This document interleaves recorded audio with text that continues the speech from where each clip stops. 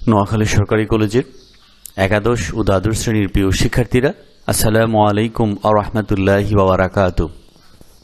প্রিয় শিক্ষার্থীরা, দীর্ঘ বিরতির পর আবারও তোমাদের সামনে একটি অনলাইন ক্লাস নিয়ে উপস্থিত হলাম। আজ আমরা ইসলাম শিক্ষা প্রথম পত্রের অধ্যায় 2-এ পাঠ 1-এ ইসলামের বুনিয়াদী আমলের ফজিলত সম্পর্কে আলোকপাত করছিলাম। এরই অংশ হিসেবে আজ আমরা ইসলামী বুনিয়াদী আমলের সাওম এবং হজ সম্পর্কে গুরুত্বপূর্ণ কিছু বক্তব্য তোমাদের সামনে তুলে ধরার প্রয়াস রাখছি।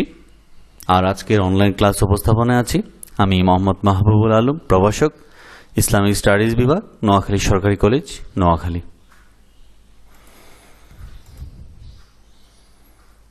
তাই অনলাইন ক্লাসের শুরুতেই সকলকে স্বাগত জানাচ্ছি।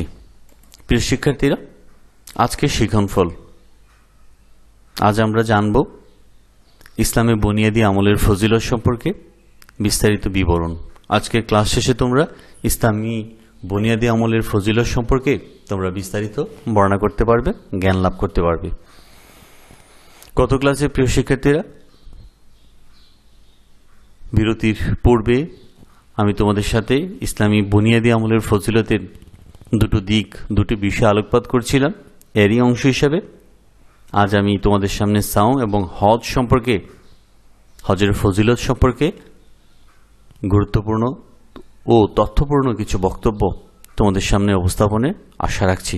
আশা রাখি পুরো সময় জুড়ে তোমরা আমার সাথেই থাকবে।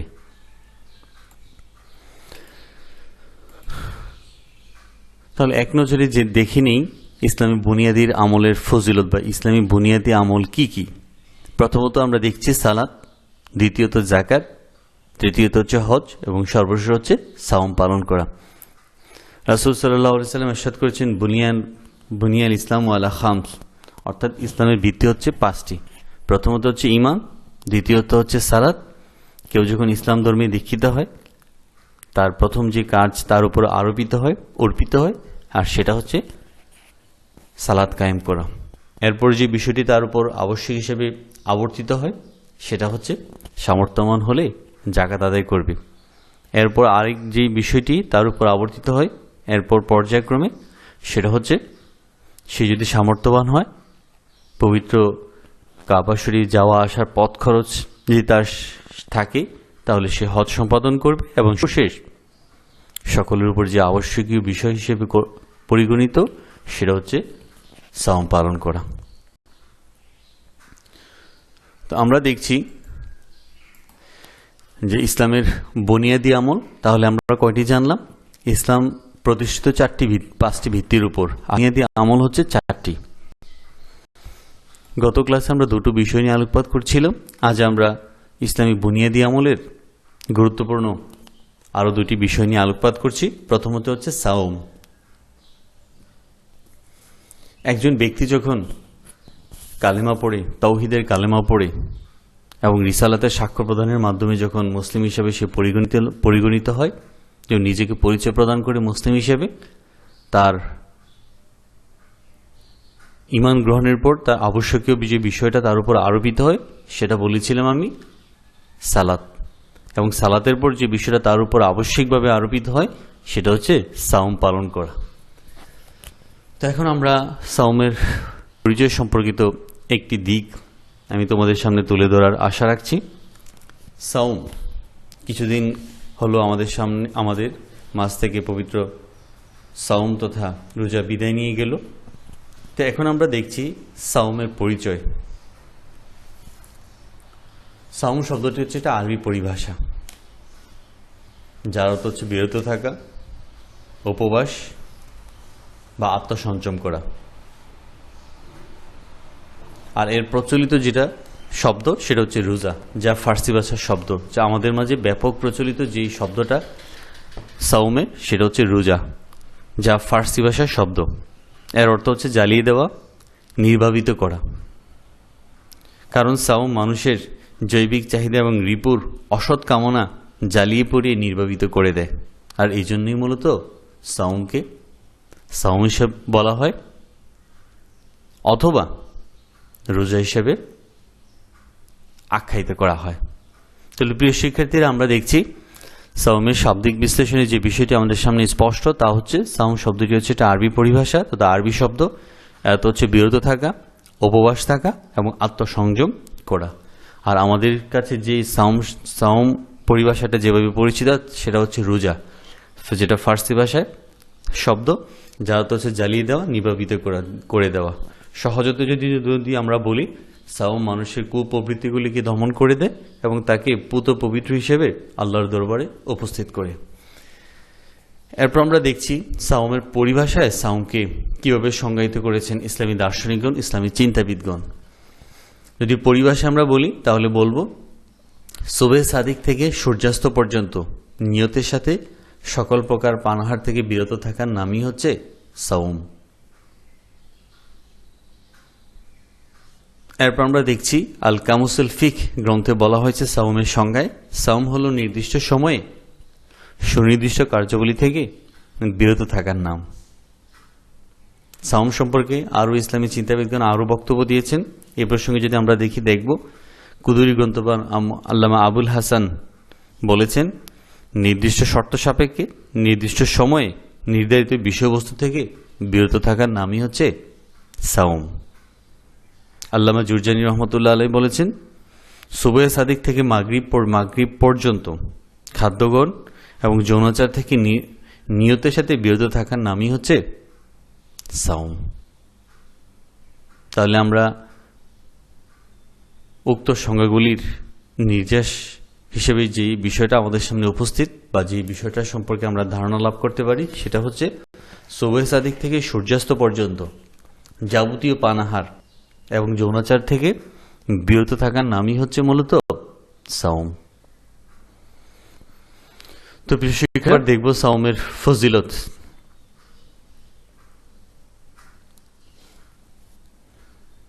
সাওমের ফজিলত সম্পর্কে বুনিয়াদী আমলের মধ্যে সাওমের ফজিলত, আল্লাহ তাআলা সন্তুষ্টির উদ্দেশ্যে সুবহে সাদিক থেকে সূর্যাস্ত পর্যন্ত পানাহার এবং যাবতীয় যৌন সম্ভোগ জাতীয় ইন্দ্রিয় তৃপ্তি থেকে বিরত থাকায় সাওম। তো সেই সাওমের গুরুত্ব অত্যধিক, এর ফজিলতও অত্যন্ত তাৎপর্যপূর্ণ। অন্যান্য ইবাদতের মধ্যে সাওমের বিশেষত্ব হলো, বৈশিষ্ট্য হলো, সকল ইবাদতের মধ্যে লৌকিকতাপূর্ণ থাকে, কিন্তু সাওমের মধ্যে সেই সম্ভাবনাটা নাই। কারণ বান্দা শুধুমাত্র মহান রাব্বুল আলামিনের সন্তুষ্টি লাভের জন্য, তার সান্নিধ্য প্রাপ্তির প্রত্যাশায় মূলত সাওম পালন করে। সত্যিকার অর্থে মূলত এই ইবাদতের মাধ্যমে সত্যতা এবং প্রকৃত খবর ইবাদতকারী আল্লাহ ছাড়া আর কেউ জানার কোনো সুযোগ থাকে না। তাই আল্লাহ তাআলা হাদিসে কুদসিতে সাওমের প্রতিদান সম্পর্কে তিনি নিজেই দিবেন বলে ঘোষণা দিয়েছেন। যেমন এই প্রসঙ্গে আল্লাহ হাদিসে কুদসিতে ইরশাদ করেন, ইন্না সাওমা লি আনা ওয়া আনা আজিজি বিহি অথবা উজ্জা বিহি, অর্থাৎ সাওম আমার জন্য পালন করা হয় আর আমি স্বয়ং আল্লাহই তার প্রতিদান দেব, অথবা আমি স্বয়ং আল্লাহই তার প্রতিদান। তো প্রিয় শিক্ষার্থীরা, আমরা জানি ইসলামের অপর আমলসমূহের, ভালো কাজসমূহের আল্লাহ মানুষকে প্রতিদান দিয়ে থাকেন 27 থেকে 700 গুণ বা তারও বেশি। কিন্তু আল্লাহ রাব্বুল আলামিন হাদিসে কুদসিতে বলেছেন, সাওম শুধুমাত্র তার সন্তুষ্টির নিমিত্তেই পালন করা হয়, আর এই কারণেই স্বয়ং আল্লাহ তাআলা নিজ হাতে, তার নিজ কুদরতি হাত দ্বারা মূলত সেই প্রিয় বান্দাদেরকে তিনি তার প্রতিদানের মাধ্যমে তাদেরকে সম্মানিত করবেন, তাদেরকে গৌরবান্বিত করবেন। বুখারী হাদিস নম্বর হচ্ছে 6983, মুসলিম হাদিস নম্বর হচ্ছে 2764। তাছাড়া সাওম, রোজা জাহান্নাম থেকে মানুষকে রক্ষা করার অন্যতম উপলক্ষ। এই প্রসঙ্গে রাসূল সাল্লাল্লাহু আলাইহি সাল্লাম ইরশাদ করেছেন, আস-সাওমু জুন্নাতুন মিনান নারি কাজুন্নাতি আহাদিকুম মিনাল কিতাল। সাওম হচ্ছে জাহান্নাম থেকে রক্ষার ডাল, যেমন যুদ্ধে তোমাদের রক্ষার ডাল থাকে তদ্রূপ। সুনানে নাসাই হাদিস নম্বর হচ্ছে 2231। তাহলে যুদ্ধক্ষেত্রে মানুষ তার নিজেকে রক্ষার জন্য অথবা তার দলকে রক্ষার জন্য যেরকম মানুষ ঢাল তলোয়ার ব্যবহার করে, এর মাধ্যমে নিজের সেফটিকে নিশ্চিত করে, তদ্রূপ রাসূল সাল্লাল্লাহু আলাইহি সাল্লাম বলেছেন, তেমনি রোজা হচ্ছে মানুষকে জাহান্নাম থেকে পরিত্রাণের এটা প্রতিবন্ধক বা ঢাল স্বরূপ। প্রিয় নবী সাল্লাল্লাহু আলাইহি সাল্লাম আরো ইরশাদ করেছেন, মান সামা রমাদান ঈমানান ওয়া ইহতিসাবান গুফিরা লাহু মা তাকাদ্দামা মিন যানবিহি। যে ব্যক্তি ঈমান সহ সওয়াবের প্রত্যাশায় রমজানের সিয়ামগুলি পালন করে, আল্লাহ তার পূর্বের গুনাহসমূহকে ক্ষমা করে দেবেন। বুখারী হাদিস নম্বর হচ্ছে 38, মুসলিম শরীফ হাদিস নম্বর হচ্ছে 18, 17। তো প্রিয় শিক্ষার্থীরা, আমরা দেখছি ইসলামের বুনিয়াদী আমলের ফজিলত সম্পর্কে। তাহলে এই পর্যায়ে আমরা দেখছি রাসূল বলেছেন যে ঈমান এবং যে নিষ্ঠার সাথে যে পবিত্র রমজানের রোজাগুলি যে সম্পাদন করবে, পালন করবে, আল্লাহ তার পূর্বের সমস্ত গুনাহকে মাফ করে দিবেন, মুছে দিবেন। রাসূল সাল্লাল্লাহু আলাইহি সাল্লাম আরো ইরশাদ করেছেন, ইন্না ফিল জান্নাতি বাবান ইউকালু লাহু আর-রায়্যান ইয়াদখুলু মিনহু আস-সাইমুনা ইয়াওমাল কিয়ামা। বলেছেন জান্নাতে রায়্যান নামে একটি দরজা আছে, আর এই দরজা দিয়ে কিয়ামতের দিন শুধুমাত্র সাওম যারা পালন করেছেন তারাই শুধুমাত্র প্রবেশ করবেন। তাহলে আমরা আলোচ্য হাদিসে দেখতে পাই একজন রোজাব্রত কি ফজিলত, একজন রোজা পালনকারীর কি মর্যাদা। জান্নাতের বিভিন্ন দরজা রয়েছে, শুধুমাত্র রায়্যান নামক দরজা দিয়ে শুধুমাত্র যারা রোজাদার বা যারা সায়েম বান্দা শুধুমাত্র তারাই প্রবেশ করতে পারবে। সুতরাং এটা হচ্ছে রোজার রাখার কারণে বান্দার প্রতি মহান আল্লাহ তাআলার বৃহৎ প্রতিদান। অন্য হাদিসে আরো ইরশাদ করা হয়েছে, ইজা দাখালা রমজান ফুতিহাত আবওয়াবুল জান্নাতে ওয়া গুল্লিকাত আবওয়াবুল জাহান্নাম ওয়া সুলসিলাতিশ শায়াতিন। রমজান আসলে আসমানের দ্বারসমূহ খুলে দেওয়া হয় এবং জাহান্নামের দরজাসমূহকে বন্ধ করে দেওয়া হয়, আর শৃঙ্খলিত করে দেওয়া হয় শয়তানকে। তাহলে আমরা এই হাদিসের মাধ্যমে এই বিষয়টা আমাদের সামনে স্পষ্ট, আর সেটা হচ্ছে রমজান মাস আসলে রমজান মাস হচ্ছে রহমতের মাস, বরকতের মাস এবং মাগফিরাতের মাস। আর সেই কারণেই আল্লাহ তাআলা রমজানে আসলে আকাশে সেই দ্বারসমূহ তিনি খুলে দেন এবং বান্দাদেরকে আহ্বান করতে থাকেন, কি আছে তোমরা গুনাহ মাফ চেয়ে নাও। আর জাহান্নামের দরজাগুলিকে তিনি বন্ধ করে দেন। আর সে অভিশপ্ত যে শয়তান, যে আমাদেরকে প্রতিনিয়ত মন্দ কাজের দিকে প্ররোচনা দান করে, সে অভিশপ্ত শয়তানকে শৃঙ্খলিত করে রাখা হয়। অর্থাৎ অপর সময়ে শয়তান যে কাজটা সহজে করতে পারে, কিন্তু রমজান মাসে সেই কাজটা সে সহজে করার কোনো সুযোগ পায় না, অর্থাৎ সে থাকে শৃঙ্খলায়িত। তো তারপরেও আমাদের মনে প্রশ্ন থেকে যায় যে রমজানের পূর্বে যে অনাচার অত্যাচার যারা করে থাকে, রমজানের সময় তো সেরকম অনাচার অত্যাচারে আসলে বন্ধ হয় না, স্তব্ধ হয় না। তাহলে তার কারণ কি? তার কারণ হচ্ছে মানুষ অভ্যাসের দাস। পূর্ব সময় মানুষ যে কাজগুলি করেছে সেই অভ্যাসটা রমজান আসার পরেও সে ছাড়তে পারেনি, আর এইসব কাজগুলি মূলত তার অভ্যাসের কারণেই হয়ে থাকে। তো সুতরাং রমজানে পবিত্র হাদিসের ভাষ্যমতে রমজানে সেই আকাশের ধারসমূহ সে খুলে দেওয়া হয়, আর জাহান্নামের দরজাগুলিকে রুদ্ধ করে দেওয়া হয়, আর অভিশপ্ত শয়তানকে শৃঙ্খলায়িত করে রাখা হয়, যাতে করে সে বান্দাকে প্ররোচিত করতে না পারে এবং মন্দ কাজের দিকে ধাবিত করতে না পারে, যাতে বান্দা ভালো কাজের মাধ্যমেই নিজেকে মুক্তির মিছিলে নিজেকে সমবেত করতে পারে বা হাজির করতে পারে।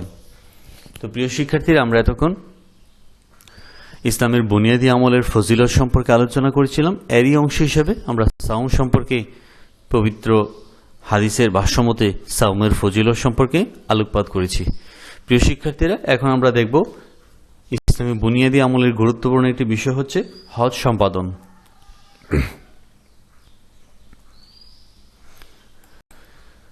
প্রথমে আসি হজের পরিচয়।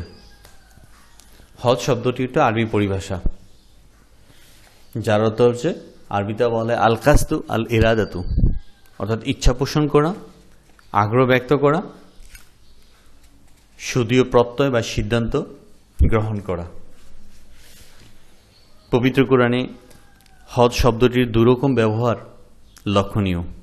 প্রথমত, হাজ শব্দটিকে জবর যুগে আল হাজ্জুন শব্দ ব্যবহৃত হয়, যেমন ক্রিয়ামূল হিসেবে।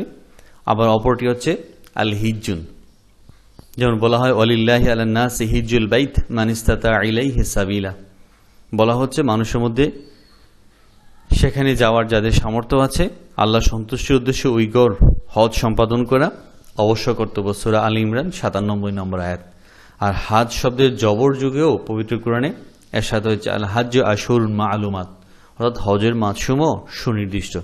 তাহলে আমরা দেখছি হজ শব্দটি হাজ্জুন এবং হিজ্জুন এবং দুই ভাবেই পবিত্র কোরআনে উল্লেখিত হয়েছে। তাহলে আমরা দেখছি হজের শাব্দিক বিশ্লেষণ, অর্থাৎ হচ্ছে ইচ্ছা পোষণ করা, আল কাসদু আল ইরাদাতু আগ্রহ ব্যক্ত করা, সদীয় প্রত্যয় বা সিদ্ধান্ত। আর এই কারণেই প্রিয় শিক্ষার্থীরা, কোনো ব্যক্তি যখন হজের জন্য নিয়ত করে কোনো কারণে সে ইন্তেকাল করে গেল, অথবা কোনো কারণে সে হজে যেতে পারল না এবং আর এই অবস্থায় তার মৃত্যু হলো, তাহলে এক্ষেত্রে বলা হচ্ছে তার নিয়ত করার কারণে, হজের নিয়ত করার কারণে সে এটি পূর্ণাঙ্গ হজের তিনি সওয়াব লাভ করবেন। অর্থাৎ তিনি মক্কা মদিনায় গমন করে হজের যাবতীয় কাজগুলি সম্পাদন করার ফলে তিনি যে সওয়াব পেতেন, সুতরাং নিয়ত করার কারণে, তিনি ইন্তেকাল করার কারণে তিনি সেই সমপরিমাণ সওয়াব লাভ করবেন। কারণ হজ শব্দের অর্থ হচ্ছে আল কাসদু আল ইরাদাতু, ইচ্ছা পোষণ করা। ইচ্ছাটাই মূলত তার হজে রূপান্তরিত, পরিগণিত। তো প্রিয় শিক্ষার্থীরা, তো আল বেদায়া ওয়ান নেহায়া গ্রন্থকার আল্লামা ইবনে কাসির বলেছেন, শাব্দিকভাবে কোনো বিষয়ের, যে কোনো বিষয়ের প্রতি ইচ্ছা পোষণ করার নামই হচ্ছে হজ। এখন আমরা দেখব হজের পারিভাষিক সংজ্ঞায় ইসলামী চিন্তাবিদগণ কিভাবে হজকে সংজ্ঞায়িত করেছেন। যদি আমরা বলি ইসলামী শরীয়তের পরিভাষায়, আল্লাহ সন্তুষ্টি লাভের উদ্দেশ্যে জিলহজ মাসের নির্ধারিত দিনসমূহে নির্ধারিত নিয়মে পবিত্র কাবাগর ও সংশ্লিষ্ট স্থানসমূহ প্রদক্ষিণ করাকেই মূলত হজ বলা হয়ে থাকে। এরপর আমরা দেখছি শরহে বেকায়া গ্রন্থকার বলেছেন, নির্দিষ্ট সময় নির্দিষ্ট স্থান জিয়ারত করার নামই হচ্ছে হজ। আবার ফিকহ ইসলামী গ্রন্থে বলা হয়েছে, নির্দিষ্ট সময় নির্দিষ্ট কাজের মাধ্যমে নির্ধারিত স্থান জিয়ারত করার নামই হচ্ছে হজ। আল কামুসুল ফিক গ্রন্থকার বলেছেন, আল্লাহর নৈকট্য লাভের প্রত্যাশায় একটা নির্ধারিত সময়ে মক্কা মুআজ্জামার বাইতুল হারামে গমনের নিয়ত পোষণ করার নামই হচ্ছে হজ। তাহলে আমরা দেখছি নির্দিষ্ট সময় লাগবে, নির্দিষ্ট নিয়মে এবং নির্দিষ্ট দিনগুলিতে নির্দিষ্ট কর্মপদ্ধতিগুলি সম্পাদন করার নামই হচ্ছে মূলত হজ। তাহলে আমরা দেখব, যদি আমরা উল্লেখিত সংজ্ঞাগুলি নির্যাস বিশ্লেষণ করি, তাহলে যে বিষয়টা আমাদের সামনে স্পষ্ট তা হচ্ছে, একজন প্রাপ্তবয়স্ক আর্থিক এবং দৈহিকভাবে সক্ষম মুসলিমের জন্য জীবনে একবার জিলহজ মাসের নির্দিষ্ট দিনে ইহরামের সাথে বাইতুল্লাহ শরীফ তাওয়াফ করা এবং আরাফা ময়দানে অবস্থানের মাধ্যমে একটি ফরজ কাজ সম্পাদন করার নামই হচ্ছে মূলত হজ। তাহলে প্রিয় শিক্ষার্থীরা, হজের জন্য নির্দিষ্ট সময় লাগবে, তার নির্দিষ্ট মাস লাগবে, নির্দিষ্ট মাসের সাথে নির্দিষ্ট দিন লাগবে এবং সাথে সাথে নির্দিষ্ট কিছু কর্মপদ্ধতিও লাগবে এবং সাথে সাথে নির্দিষ্ট স্থানও লাগবে। তাহলে আমরা দেখছি নির্দিষ্ট সময়, নির্দিষ্ট দিন এবং নির্দিষ্ট কিছু কার্যাবলী আছে সম্পাদন করার, এবং নির্দিষ্ট স্থানেই মূলত এই পবিত্র ইবাদতটি সম্পাদন করতে হয়। তো আমরা দেখছি এখন হজের কি ফজিলত। বুনিয়াদি আমলের মধ্যে আমরা হজের ফজিলত সম্পর্কিত যে বিষয়টি আমাদের সামনে স্পষ্ট, তা হচ্ছে হজ মুসলিমদের শ্রেষ্ঠ মিলন মেলা। বিভিন্ন কারণে এর গুরুত্ব, ফজিলত অত্যন্ত তাৎপর্যপূর্ণ। এর ফজিলত রয়েছে অগণিত, অসংখ্য। হজ পালন করার মাধ্যমে একজন ব্যক্তির যাবতীয় গুনাহকে আল্লাহ তাআলা মাফ করে দেন। এই প্রসঙ্গে রাসূল সাল্লাল্লাহু আলাইহি সাল্লাম বলেছেন, মান হাজ্জা হাযাল বাইতা ফালাম ইয়ারফুস ওয়ালাম ইয়াফসুক রাজাআ কা ইয়াউমিন ওয়ালাদাতুহু উম্মুহু। যে ব্যক্তি আল্লাহর উদ্দেশ্যে হজ করল এবং অশালীন কথাবার্তা ও গুনাহ থেকে বিরত রইল, সে নবজাতক শিশু যাকে তার মা এই মুহূর্তে প্রসব করেছে তার নাম নিষ্পাপ হয়ে যায়। অর্থাৎ রাসূল সাল্লাল্লাহু আলাইহি ওয়াসাল্লাম ইরশাদ করেছেন, যে ব্যক্তি আল্লাহর সন্তুষ্টির উদ্দেশ্যে অশালীন কথাবার্তা এবং গুনাহ থেকে বিরত থাকার মাধ্যমে হজ সম্পাদন করেছে, সে মূলত সদ্যজাত শিশুর মতো নিষ্পাপ হয়ে যায় এবং পবিত্র হয়ে যায়। তো সুতরাং আমরা দেখলাম হজের ফজিলত বা তাৎপর্যের মধ্যে, সেটা হচ্ছে হজ মানুষের অতীতের সমস্ত গুণাগুলিকে পরিমার্জন করে দেয়। হজের মাধ্যমে মূলত আল্লাহর তাওহীদের একত্ববাদের ঘোষণাও কিন্তু তার মাধ্যমে প্রকাশ করা হয়। বিশ্বের নানা প্রান্তের মুসলমানগণ একত্রিত হয়ে একই কণ্ঠে উচ্চারণ করে সে তাওহীদের অমর বাণী। আর এটাকে বলা হয় হজের পরিভাষায় তালবিয়া। তালবিয়াটি হচ্ছে এরূপ: আল্লাহ লব্বাইক আল্লাহুম্মা লব্বাইক, লব্বাইক লা শারিকা লাকা লব্বাইক, ইন্নাল হামদা ওয়ান নি'মাতা লাকা ওয়াল মুলকা লা শারিকা লাক। অর্থাৎ এর অর্থ হচ্ছে, আমি হাজির হে আল্লাহ, আমি হাজির, আমি হাজির, আপনার কোনো শরিক নেই, আমি হাজির, নিশ্চয় সকল প্রশংসা সকল নিয়ামত আপনার এবং আপনার কর্তৃত্ব আপনারই, আপনার কোনো অংশীদার নাই। বুখারী শরীফ 1456 নম্বর হাদিস। তাহলে আমরা দেখলাম যে ইব্রাহিম আলাইহিস সালাম যে ডাক দিয়েছিলেন বিশ্ব মুসলিম সম্প্রদায়কে এখানে আসার জন্য, হে আল্লাহ আপনি ডেকেছেন, আমরা শুনেছি, আর আমরা এখন উপস্থিত হয়েছি, আমি হাজির হয়েছি, সুতরাং আপনি আমার সে হাজিরাকে গ্রহণ করুন, কবুল করুন। তো প্রিয় শিক্ষার্থীরা, আমরা দেখছি হজের সময় এই তালবিয়া তথা এই তাওহীদের একত্ববাণীর ঘোষণাটা প্রতিটি মুসলিমের মর্মপ্রাণে যেমন গ্রথিত থাকে, তেমনি তাদের মুখরিত উচ্চারণে পুরো ময়দান, হজের ময়দান মুখরিত হয়ে থাকে। মূলত এর মাধ্যমে মূলত আল্লাহর একত্ববাদেরই ঘোষণাকে আরও বেশি বুলন্দ করে, সুউচ্চ করে। রাসূল সাল্লাল্লাহু আলাইহি সাল্লাম বলেছেন, হজ আল্লাহর নিকট গ্রহণযোগ্য হলে এর বিনিময়ে জান্নাত লাভ নিশ্চিত হয়ে যায়। রাসূল সাল্লাল্লাহু আলাইহি সাল্লাম বলেছেন, আল হাজ্জু মাবরুরুন লাইসা লাহুল জাযাউ ইল্লাল জান্নাহ। আল্লাহর নিকট গ্রহণীয় হজের বিনিময় জান্নাত ছাড়া আর কিছুই নয়। অর্থাৎ হজ যদি যাবতীয় কাজগুলি যদি পরিপূর্ণভাবে সম্পাদন করা হয়, সেটা হচ্ছে মকবুল হজ, আর সে মকবুল হজের বিনিময় হচ্ছে আল্লাহর কাছে জান্নাত। অর্থাৎ একজন ব্যক্তি হজের মাধ্যমে মূলত জান্নাত লাভের উপযোগী হয়। হজ এবং উমরা পালনকারীকে আল্লাহর প্রতিনিধি দলেরও মর্যাদা দেওয়া হয়েছে, সাথে সাথে তাদের দোয়া কবুলেরও প্রতিশ্রুতি দেওয়া হয়েছে। এই প্রসঙ্গে রাসূল সাল্লাল্লাহু আলাইহি ওয়াসাল্লাম ইরশাদ করেছেন, হজ এবং উমরার যাত্রীগণ আল্লাহর প্রতিনিধি দল, তারা তার নিকট দোয়া করলে দোয়া কবুল করেন এবং তার নিকট যদি ক্ষমা চান তাহলে তিনি তাদেরকে মাফ করে দেন। ইবনে মাজাহ হাদিস নম্বর হচ্ছে 2892। তাহলে আমরা দেখছি প্রিয় শিক্ষার্থীরা, যারা হজ সম্পাদনের জন্য পবিত্র নগরীতে গমন করেন তারা মূলত আল্লাহর মেহমান তথা প্রতিনিধি আল্লাহর। তারা আল্লাহর কাছে যে প্রার্থনা করেন, আল্লাহ সে তাদের সেই প্রার্থনাকে কবুল করেন এবং তিনি তার নিকট যদি ক্ষমা চান, আল্লাহর নিকট হাজিরা, আল্লাহ তার সেই ক্ষমাকে গ্রহণ করেন, অর্থাৎ তিনি তাদেরকে ক্ষমা করে দেন। হাদিসে আরও এসেছে, রাসূল সাল্লাল্লাহু আলাইহি ওয়াসাল্লাম ইরশাদ করেন, আরাফার দিবসে আল্লাহ হাজিদের এত পরিমাণ মাফ করে দেন যে শয়তান তা দেখে কপালে আঘাত করতে থাকে এবং দুঃখ প্রকাশ করতে থাকে। তো সুতরাং আমরা বুনিয়াদি আমলের ফজিলত সম্পর্কে আলোকপাত করছিলাম। প্রিয় শিক্ষার্থীরা, হজ ইসলামী বুনিয়াদের গুরুত্বপূর্ণ আমল, তবে হজ সবার জন্য ফরজ নয়। যারা সামর্থ্যবান, যারা পবিত্র নগরীতে যাওয়া এবং আসার পথ খরচ তাদের সম্পাদন করার বা ব্যবস্থা করার যাদের সুযোগ রয়েছে, যাদের সামর্থ্য রয়েছে, মূলত তাদের জন্যই হজ ইসলামে ফরজ হিসাবে পরিগণিত। হজের অনেক আমল রয়েছে, যে আমলটার মাধ্যমে যা হচ্ছে একজন হজ করা পরিপূর্ণভাবে হজ সম্পাদন করার মাধ্যমে একজন ব্যক্তি নিষ্পাপ বান্দা হিসেবে আল্লাহর কাছে পরিগণিত হন, তদ্রূপ আর এর বিনিময় হিসেবে সে আল্লাহর নিকট থেকে লাভ করবেন জান্নাত। তো সুতরাং আর হজের যারা প্রতিনিধি দল আল্লাহর দরবারে হাজিরা দেন, উপস্থিত হন, তারা মূলত আল্লাহর মেহমান। তাদের সকল দোয়াকে আল্লাহ কবুল করেন এবং তাদের যাবতীয় অপরাধকে আল্লাহ তাআলা মার্জনা করে দেন। তো সুতরাং হজ মানুষকে আরও অনেক শিক্ষায় শিক্ষিত করে তোলে। হজ মানুষকে শৃঙ্খলাবোধ শেখায় বিশ্ব ভ্রাতৃত্বের অপরূপ মিলন মোহনার কেন্দ্র হিসেবে, যেমন জীবনের প্রতিটি ক্ষেত্রে আমরা আমাদের কর্ম পরিকল্পনাগুলি সেই অনুযায়ী সম্পাদন করি। তো সুতরাং প্রিয় শিক্ষার্থীরা, আমরা এতক্ষণ মূলত ইসলামী বুনিয়াদি আমলের গুরুত্বপূর্ণ দুটো বিষয়, সেটা হচ্ছে সাওম এবং হজ সম্পর্কিত বিষয় ফজিলত সম্পর্কে আলোকপাত করছিলাম।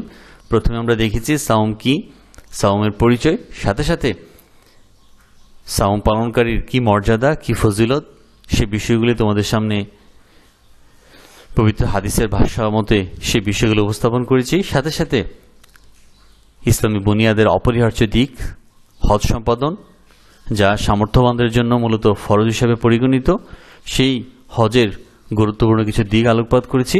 যে ইসলামী বুনিয়াদী আমলের ফজিলত সম্পর্কে, হজের কি কি ফজিলত থাকতে পারে, হজের প্রয়োজনীয়তাটা কেন, তো সেই বিষয়গুলি পবিত্র সুন্নাহ তথা রাসূলুল্লাহ ইসলামের পবিত্র বাণীর আলোকে মূলত আলোকপাত করেছি। আর তো এই আলোকপাত থেকে আমরা যে বিষয়টা আমাদের সামনে স্পষ্ট, সেটা হচ্ছে উভয়টি, সাওম যেরকম ফরজ ইবাদত, হজও ফরজ ইবাদত। সাওম সকলের জন্য সমভাবে প্রযোজ্য, কিন্তু হজের ক্ষেত্রে হজ সকলের জন্য সমভাবে প্রযোজ্য নয়, বরং হজ ফরজ হওয়ার ক্ষেত্রে তাকে আর্থিক সামর্থ্যবান হওয়াটাও সবচেয়ে বেশি জরুরি। কারণ আমরা জানি সৌদি আরবে, মক্কা, মদিনায়, বিভিন্ন এই শহরগুলিতে পরিবহন করার জন্য আর্থিকভাবে আমাকে উপযুক্ত হতে হবে। বরং ধার দেনা করে বা ঋণ করে হজে যাওয়ার কোনো বিধান ইসলামে নেই। বরং কেউ যদি তার ঋণ বা ধার দেনা দেওয়ার পরে যদি হজের পথ খরচের ব্যয়ভার তাকে সংকুলন করার তার সুযোগ থাকে, তখনই মূলত তার হজ তার উপর আবশ্যক হবে এবং যথার্থভাবে হজ সম্পাদন করার মাধ্যমে মূলত বান্দা আল্লাহর প্রিয় বান্দায় পরিণত হয়, এবং যার বিনিময় হচ্ছে সে একজন নিষ্পাপ তথা সদ্যজাত শিশুর মতো হয়েছে। আর আল্লাহ তাআলা হজ সম্পাদনকারীকে তার প্রতিদান হিসেবে রেখেছেন পারলৌকিক জীবনে সে জান্নাত লাভে নিজেদেরকে ধন্য করবে। তো প্রিয় শিক্ষার্থীরা, আজ এ পর্যন্তই। আশা করি আজকের ইসলামের বুনিয়াদ আমলের ফজিলত সম্পর্কে যে দুটো বিষয় আলোকপাত করেছি, সাওম এবং হজ, সে সম্পর্কে তোমরা গুরুত্বপূর্ণ কিছু তথ্য আশা করি তোমরা জানতে পারবে, এবং এ থেকে তোমরা তোমাদের জীবনের যাবতীয় বিষয়গুলি পরিপালন এবং পরীক্ষার ক্ষেত্রেও তোমরা গুরুত্বপূর্ণ তথ্য আজকের এই ক্লাস থেকে তোমরা লাভ করতে পারবে। তাহলে তোমরা আজ এই পর্যন্তই। সবাই ভালো থাকো, সুস্থ থাকো। পরবর্তী ক্লাসের প্রত্যাশায় আল্লাহ হাফেজ। আসসালামু আলাইকুম ওয়া রাহমাতুল্লাহি ওয়া বারাকাতুহু।